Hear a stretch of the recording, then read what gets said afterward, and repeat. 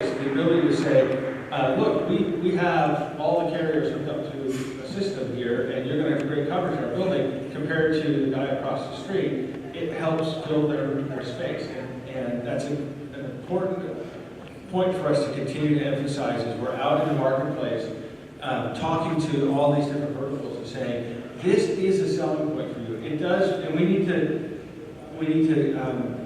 build on those examples, like the hospital case where the nurses are more efficient, where it helps the real estate company fill their space faster.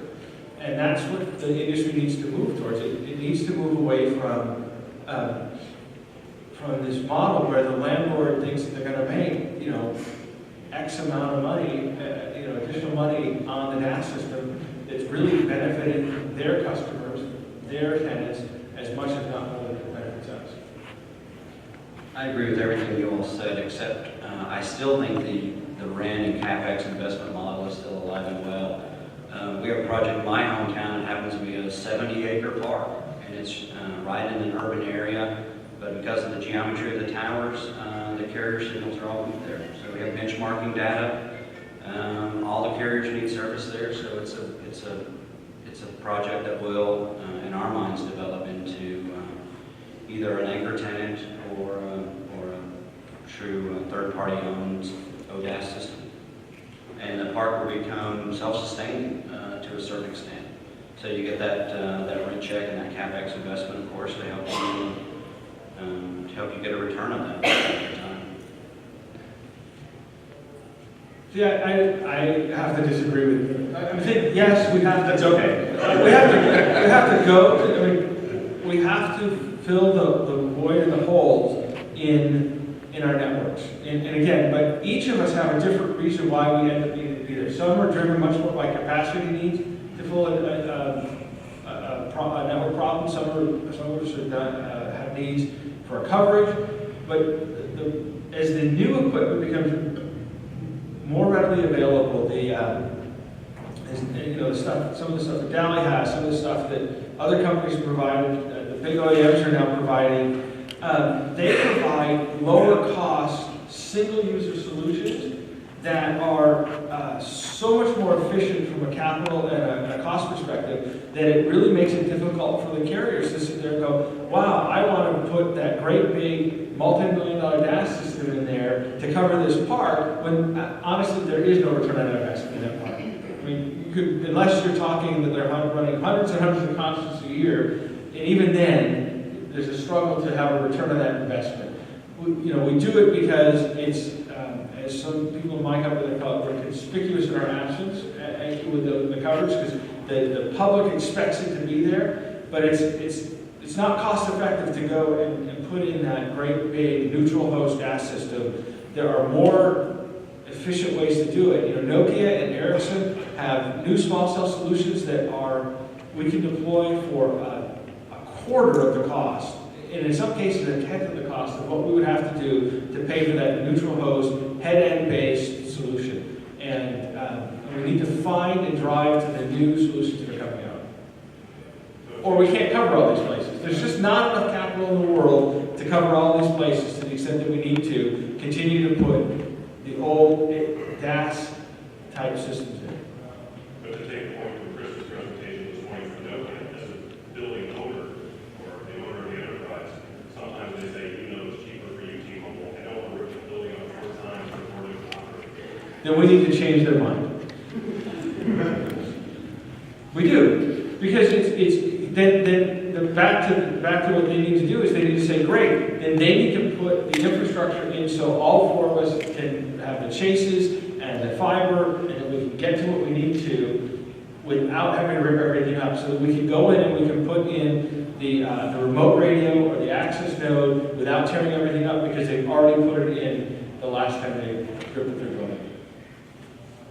So educating them on what infrastructure needs to be in place to support additional operators in the future would help make sure that at least the major pain points are only addressed once. Exactly. I know this is an in-building panel, but not to get too far out of the building. What we're starting to see is you're right, there are some more cost-effective small cell solutions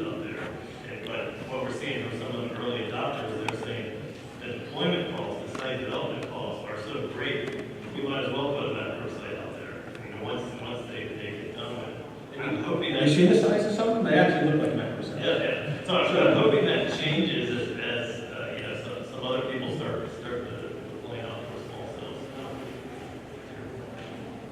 I think the point is that these high cap systems that have been put in are major exhausting systems, because you may play in some of these stadiums like maybe 4 or 5 home games a year, and you need that system powered up the entire year. You know, it's like the spectrum is, we try, our CEO tries to remind us it's the invisible gold, right? The carrier's home. And there's also a fundamental architecture or what's coming in our minds is how to move that capacity around the network to more efficiently serve the customers, right? And when we move that capacity, there's here in the U.S.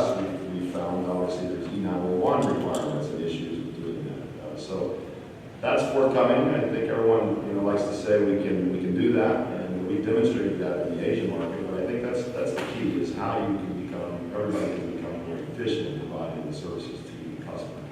And at the end of the day, I think that everybody would agree that it doesn't make sense to leave 40 base stations plugged into the DAS when you're maybe 12 venues fill up 100,000 people or 150,000 people a year. That just seems to be very exhausting. But that's where again we believe the industry is going, is from the RF routing, being able to manage the spectrum more efficiently, and shared infrastructure for that matter. We see that in other areas of the countries that we go to, but certainly back to the point, it is something that the enterprise owner needs to be more educated on. So the panel agrees that not every 100,000 person facility can be filled as often as Jerry Jones can fill Dallas Cowboys Stadium. One follow-up question, in terms of if we look at these verticals as you go outside of the U.S., outside of the E911 requirement, do we see that it changes which verticals are addressable as you move to different countries across the world? Well, I can speak a little bit when it comes to Latin America. Latin America, I think in general, has always been very sensitive to cost, right? So a lot of times you don't see, like here in the U.S., you saw high adoption of DAS. It's almost like it's getting that. And in Latin America, there were early adopters of that. So it does change the model a little bit. You don't have as much so they have a harder time trying to convince operators, because of the cost. So it's very cost driven. I don't know if you have the same experience. Yeah, if you want to know a low cost, you should play in the Asian market. But they used a lot of repeaters over time. I think that was obviously a coverage decision. But LTE has kind of changed that environment, right? When you get into LTE and everything's going LTE, you need to have something that obviously is going to present more densification and capacity requirements and planning for the future of being able to deliver more content more often and offering more available applications via the handsets and smartphones that are in the pockets of the customers. So I think Latin America, I'm very familiar with Latin America, and you're right. I think what's happened over time is the systems that are down there, the customers have expected less than what we expect in other areas of the country, aka the U.S., right? We expect our phones to, when we open our eyes in the morning, it powers on. So, the expectations in Latin America as far as service quality is what we have found is down there as customers ourselves and knowing is the service quality is not as high as we expected in the U.S. That's changing. I mean, I think they're moving towards more fiber-based systems that can offer the densification that they need and capacity, because it is a very exploding and dynamic economy, especially in Brazil. And I think if you look at Europe, which is more of a parallel to the U.S. market, there are some unique differentiators compared to the U.S. There aren't the anti-collusion laws. So basically, if you have 3 incumbent operators in Germany, they can sit down at the beginning of the year and say which venues, which public venues do they like to cover, and how they will bear the costs across those particular venues, which enables them to basically address the market much quicker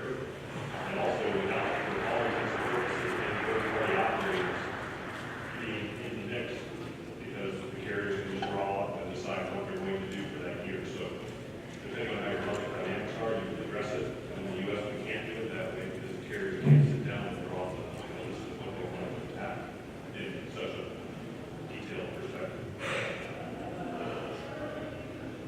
We do have a mechanism in the U.S. that, while it doesn't allow us to sit down and draw up plans and say which venues we're going to go out to address as a carrier group, but there is a teaming agreement in place between the major carriers that allows us to jointly develop major venues and locations. One example that's going on right now, there's over 20 of them in progress across various states today. The one that we're leading for the carrier team is the Chicago Transit Authority, which is an over $30 million deployment for their transit system. It allows us to come together and jointly develop the network in that location, and it does allow us to drive costs out of the business, and it does allow us to do things more efficiently because we remove the third party that neutral host provider between us and the venue. So, and there are actively 20 of those going on now. That agreement has been in place for close to 15 years, and it's been used successfully for major airports, major venues, and it will continue to be actively used to provide solutions. Just incidentally, how the carrier decided to elect to use that or not use that? It's a voluntary election, and when a venue becomes available and there's an RFP for it, one of the carriers can choose to take the lead position, and then they solicit participation of the other carriers to work jointly with it. Okay, so that's through an official RFP process? No, it doesn't. No, I mean, there has to be an official opportunity, not necessarily official. There has to be an opportunity that we choose to do, and then we can choose to do it as a community. Great. That leads to the topic for business models. So there are three basic models used within the U.S. for HetNet today, that being a neutral party / third party owner, or a carrier owner, or an enterprise building structure. Which of these three models do you see experiencing the fastest growth over the next 3 to 5 years? Peter, you? Well, obviously from the discussion on the panel, there's some disagreement on this. I think it's going to stay like it is. I mean, the carriers are aggressive in their expansion, but so are the third-party owners. I mean, Crown American Tower are extremely aggressive in their acquisitions of rights to all over the U.S. and the world, probably. And we continue to find more savvy owners. There's companies like us, there's companies like our competitors out there educating building owners. So I think it's going to stay highly competitive, and I think it'll stay a mix a lot like it is now. I would agree with that. I mean, we definitely see an increase in all this, but I would say we would see probably a decrease as like on the single carrier centers, like I mentioned, being replaced more by the small solutions that I mentioned, Tia's private cloud. But definitely growth. I mean, the demand is there. 80%, I think, of the calls generated are coming from new buildings. So that's the demand is there. The consumers are using it, so we need to find a way to address it. I guess from my perspective, to Alan's point, I think the one area which will probably have the greatest percentage growth will be enterprise owned, as enterprise clients better understand that this should be their core facility. And it's in their best interest to own that infrastructure so that they can control it rather than allow someone else to control it. So, Exactly. hopefully that's in line with what T-Mobile would like to see as well. I think it is. I mean, yes, I think that you have the third parties, Crown and DAS and Mobility and others that continue to want to participate in that space. But I think that even within those companies, that their paradigm is going to shift on how they work with us and how they provide the solutions in those different venues. I think that many of them have systems out there where they can't attract enough. They can't attract all four of us. They can't attract enough to make the returns that they want. And so I think that they will look for other ways to to monetize the rights that they have with those landlords. We work and are continuing to work with one of the larger in-building providers on a different system in areas where they haven't already deployed capital.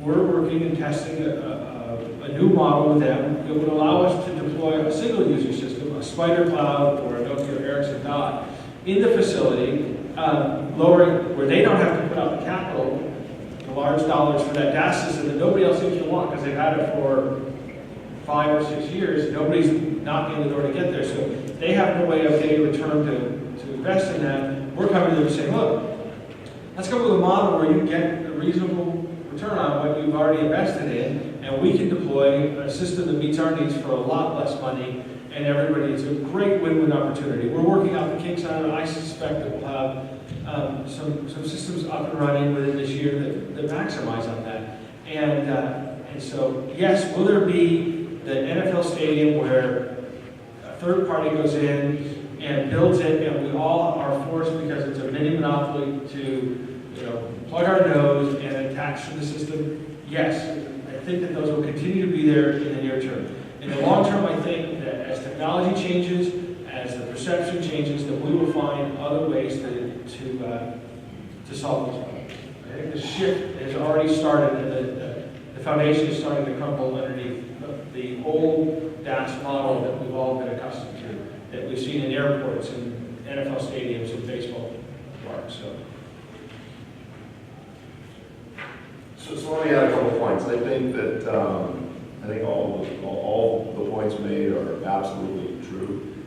One business model that we have started to find as beneficial to the enterprise, and we believe the enterprise is where the real growth is going to be worldwide, is not buying the systems, is leasing the systems, right? And the systems becoming more intelligent and not being hardware-centric, but more software configurable or software-defined. And as frequencies change and needs change in the carriers, those can be easily implemented in these more intelligent systems. So we are absolutely supporting a leasing model to enterprise owners. And much like when we look at these verticals, there's MRI machines that are being leased every day by these hospitals, right? And they already know how to do those types of models. They already know how to negotiate those lease plans. And we're now starting to present that through financing a partner, but it's somebody that actually, again, in the healthcare industry is where we kind of resonate with the idea. So I think the enterprises of growth, and I think leasing these systems is probably forthcoming in some of the business models, but we don't necessarily see them. All right. On topic 5, financial models. In some cases, in attractive venues, there's a way to generate revenue from a HetNet solution. However, in other venues, there's not. Many business models depend on whose point of view you're examining financially to determine whether the system is viable or not. Here are the points for each of our companies where we can optimize the network to help improve the overall ROI. How do we squeeze costs out to make more venues applicable moving forward?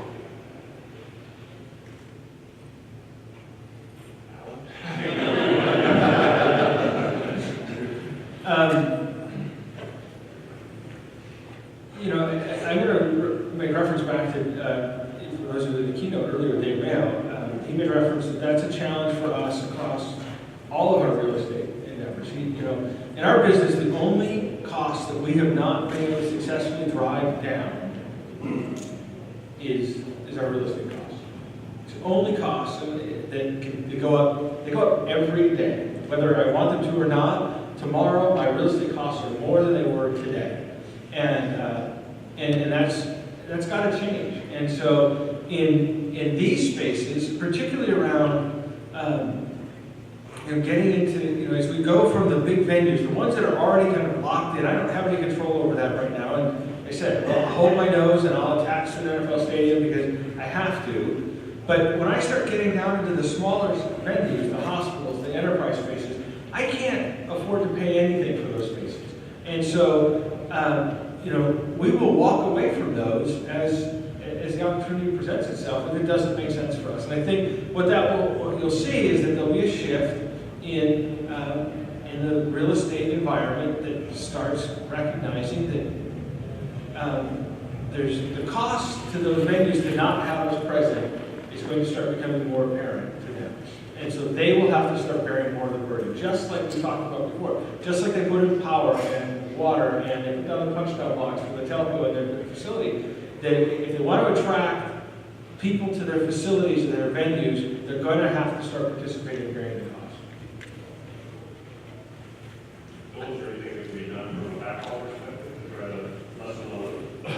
Sure, I mean, it's kind of interesting, three years ago when small cells started becoming a new buzzword, we had the carriers come to us and they said, hey, we want Ethernet pricing to a small cell.